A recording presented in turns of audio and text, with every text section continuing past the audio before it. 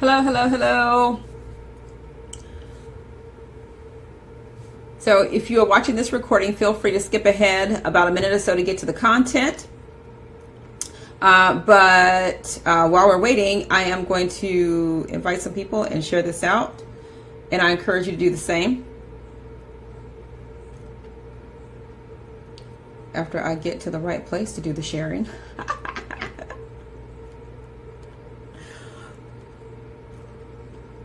Okay.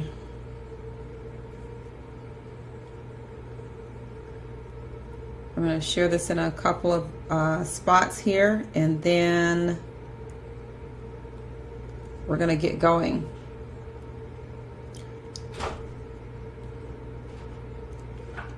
Hey, Erica, what's going on?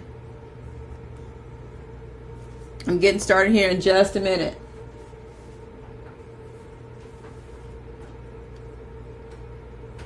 Goodness. All right.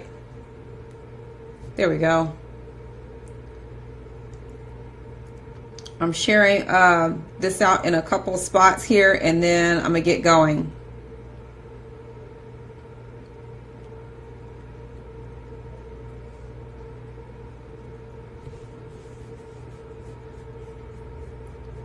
Okay. All right.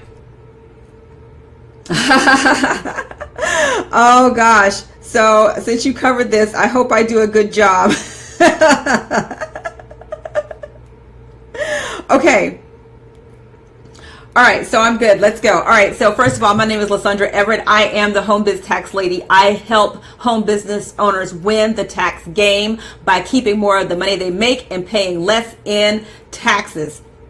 Okay, so let's talk about this. Let me talk about how I get here. Usually my live broadcast, there's always a story behind it. So there was a person in the Tax Players Club. You know, we're talking about business. I specialize in home business owners, but there are plenty of people in my group that don't own businesses, okay? And so one of the questions I asked is, if you don't own a business, why not? And one of the things that she said was, you know, she knew what she was passionate about. However, you know, some of the products can be so expensive, and she knows that there are cheaper alternatives. And so that made her a little bit hesitant. Okay. So this is what I want to talk about. Why, what makes people buy? Why do people buy certain things versus another? Okay. So let me give you some examples. Okay. So let's say, let's assume you have carpet, right? And you've got to get the dirt off your carpet. Now, you could sweep your carpet, okay? And if you've ever swept a carpet, you know that you would probably throw your back out before you got all the dirt off the carpet, okay? So either that, or you could buy a vacuum cleaner, right? Vacuum cleaner would be a whole lot faster, a whole lot easier, but even if you buy a vacuum cleaner, what makes you, buy a Dyson over a Hoover, right? Because a Dyson, I think it's called a Dyson vacuum cleaner, that's a pricey vacuum cleaner versus a Hoover, right? So what would make a person buy a Dyson over a Hoover when really you're kind of getting the same result? The same with cars, right? So what would make a person buy a Ferrari over a Toyota, right? What would make a person buy a Lamborghini or a Jaguar over a Toyota or a Honda, right? Because the Honda, the same, you're going to get the same result. It's going to move you from point A to point B. But that Jaguar, that Ferrari, that Lamborghini is going to be a whole heck of a lot more expensive than the Honda or the Toyota. You look at watches. You look at ink pens. Let me tell you this. I met this doctor once, right? He had this pen, and I forgot the kind of pen it was, but this was a $200 pen. $200 pen. Now, he could have a Bic, same result, right? But he had the $200 pen. So, so then the question that you have to ask is, what would make a person buy a more expensive product rather than the cheaper product? It's all about status.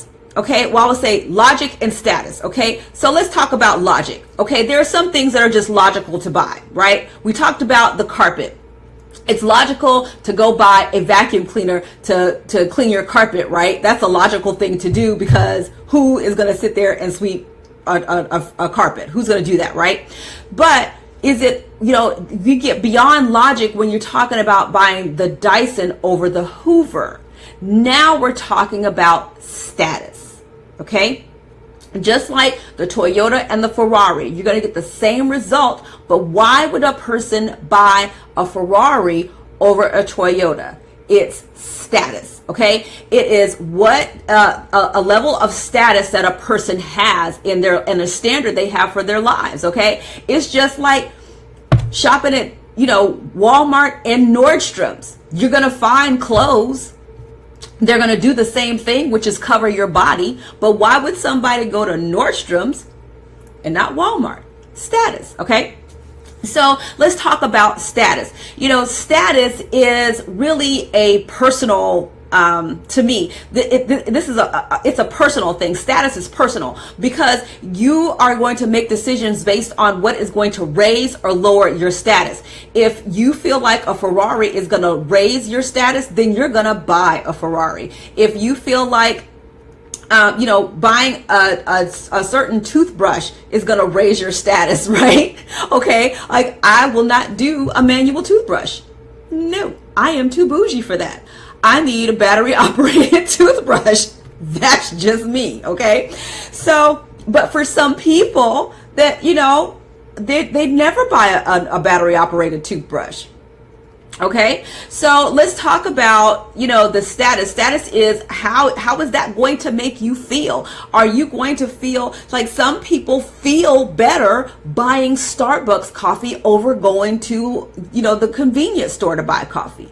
It's still coffee. And I'm not talking about the Loop It Swoop It caramel macchiato with with the extra shot of whipped cream and drizzled in caramel. I'm talking about regular old black poured in the pot, in the cup kind of coffee, okay? Some people, that because of that level of status, how that makes them feel, okay? It's all about the experience. People like the experience of going into a Starbucks or ordering some, non-fat mocha joker chocolate ya, okay, over going over to the 7-Eleven and getting the small black coffee, okay? It is all about the experience. So when you're talking about getting involved in an industry and you're saying, okay, well, I don't see how I can sell this stuff when there are cheaper alternatives. People don't care about cheaper. It's all about the experience. And so it's all about a mindset shift. Not everybody is going to, is going to be your customer. And this is what you have to understand. Anybody can go buy a Ferrari as long as they can afford to buy a Ferrari and they want to buy a Ferrari, right?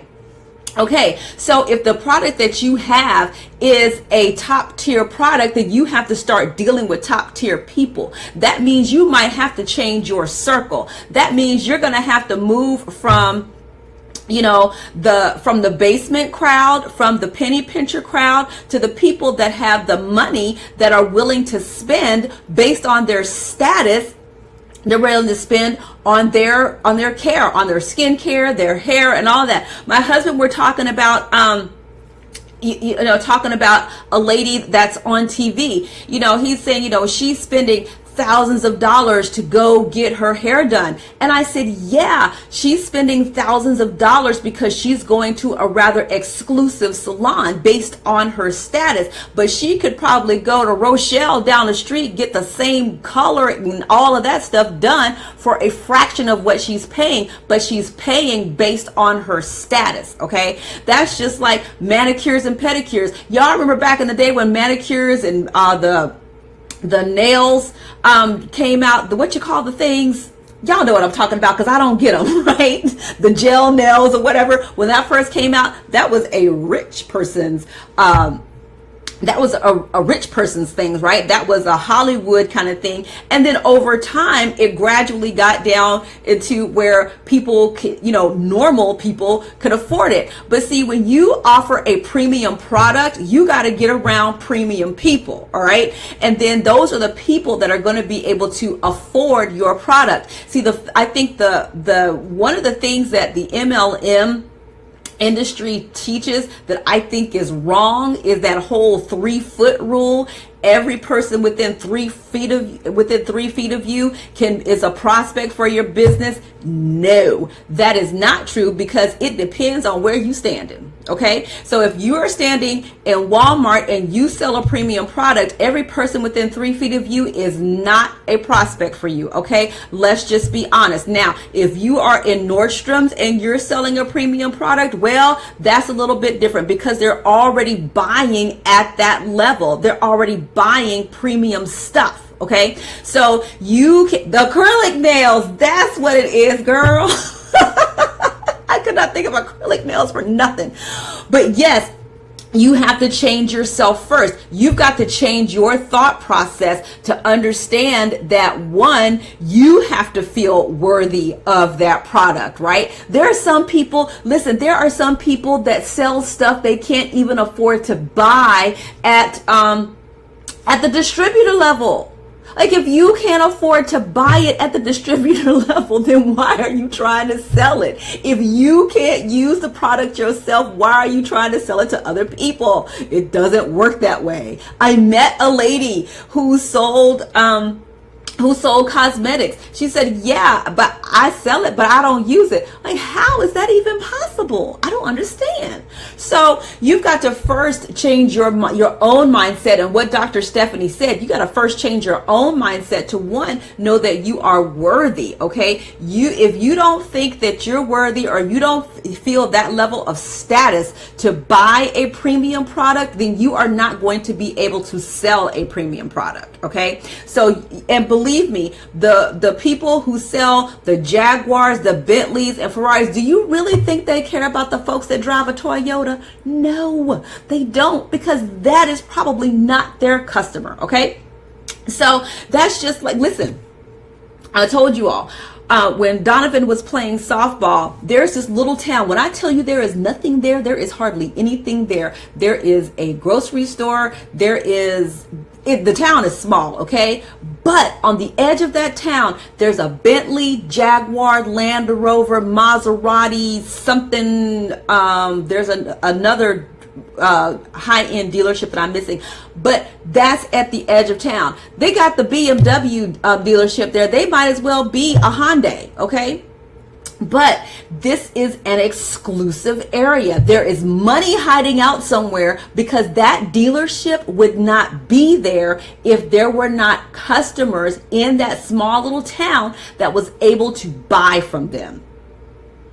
Okay, so you don't see Bentley commercials. I don't think I've ever seen a Jaguar commercial. I've never seen a commercial for a Lamborghini. I don't think I've seen one for a Ferrari or a Porsche, right? Why? They don't advertise.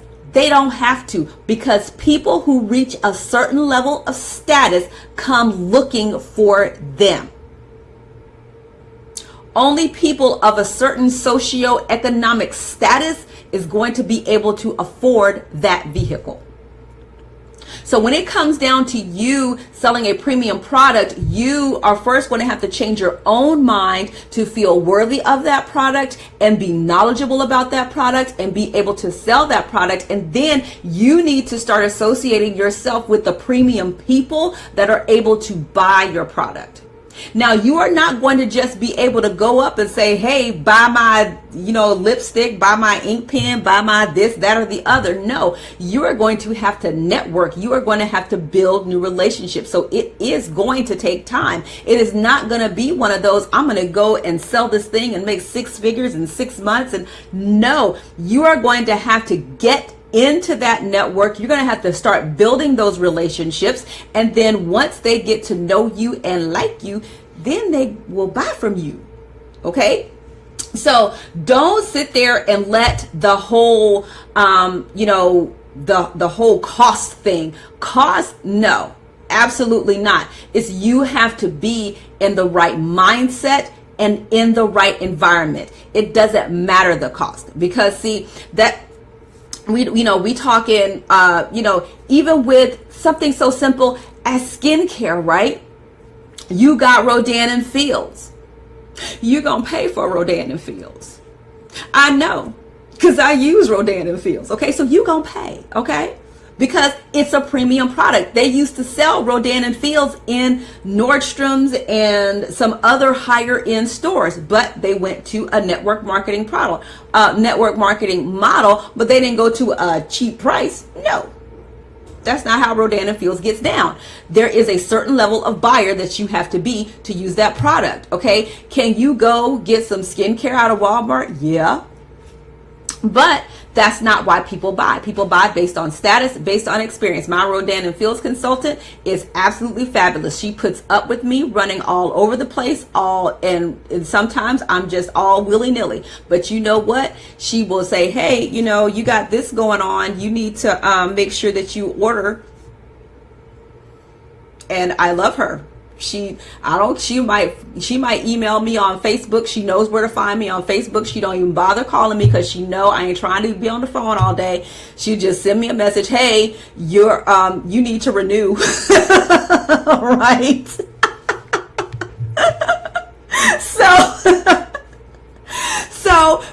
So people buy based on logic. The logic thing is easy, okay? There's a tool, you need it, you buy it. But the level, okay, is based on status and experience and how it makes a person feel.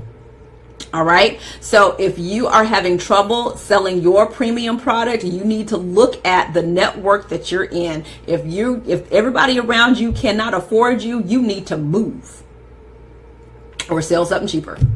Okay, so I really hope that this helps you out when it comes to selling stuff. Listen, this happens in the tax industry as well. Okay, let's be honest. This happens in every industry. It's why would somebody pay this person $500 and this person only $100 when you're getting tax preparation done? No, it's about the experience that you are going to get working with this person versus this person. Okay, it's the same thing, right? So it happens in every industry. So your premium level pricing, you need to start dealing with premium level people. That is it. Okay, so I hope this helps you out. Make sure you subscribe so you don't miss anything. If you know somebody that needs this, make sure to share it out, you guys. Thank you, Erica and Stephanie, for hanging out with me. I appreciate you guys. Love y'all. Mwah, mwah. Peace. See y'all next time. Bye.